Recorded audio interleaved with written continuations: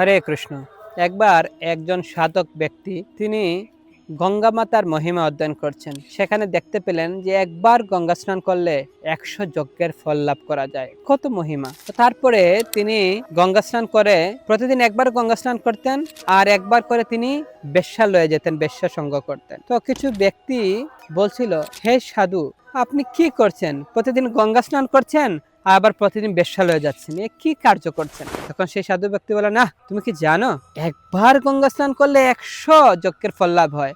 এই বেশ্যার সঙ্গে না ১-২ বার যজ্ঞের ফল যাবে, বাকিটা তো আমার পুণ্য থাকবে, কি আছে আর। তখন এরকম যখন প্রতিনিয়ত করছে, যেন প্রতিদিন করছে এই সাধু, তখন গঙ্গা মাতা খুব বিরক্ত হলেন যে এই সাধু আমার মহিমার অপব্যবহার করছে, আমার তো দুর্নাম করবে। তাই একদিন গঙ্গা মাতা তিনি স্বয়ং গঙ্গার তীরে তিনি এক ছোট্ট বালিকা রূপ ধারণ করে একটি সাদা নতুন বস্ত্র তিনি একবার এই গঙ্গার বালিতে তিনি বসে নোংরা করছেন, আবার গঙ্গা জলে দৌত করছেন, আবার তিনি নোংরা করছেন, আবার দৌত করছেন। তখন সেই সাধু ব্যক্তি স্নান করতে এসে দেখলো যে বালিকা সে বারবার এই নতুন বস্ত্র, সাদা বস্ত্রকে বারবার নোংরা করছে আর বারবার দৌত করছে। সেটা দেখে বিরক্ত হয়ে বলেন, এই বালিকা, তুমি কি করছো?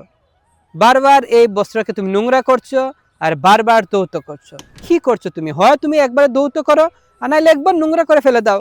তখন সেই বালিকা বললেন, তুমি সেটা বুঝতে পেরেছো তাহলে? তখন তো সাধু ব্যক্তি অবাক হয়ে গেল যে কি বলছে। তখন সেই বালিকা বললেন যে এটা যে তুমি যদি বুঝতে পারো তাহলে ঠিক আছে, তুমি প্রতিদিন বেশ্যালয়ে যাচ্ছ আর প্রতিদিন গঙ্গা স্নান করছো, তুমি তো নরকে যাবে। হয় তুমি একবারে গঙ্গা স্নান করে সাধু হও, আর নাহলে একেবারে তুমি বেশ্যালয়ে গিয়ে, পতিতালয়ে গিয়ে তুমি একেবারে পাপী হও। এদিকে তুমি পুণ্য করছো আবার পাপও করছো, এটার কোনো মহিমা থাকবে না।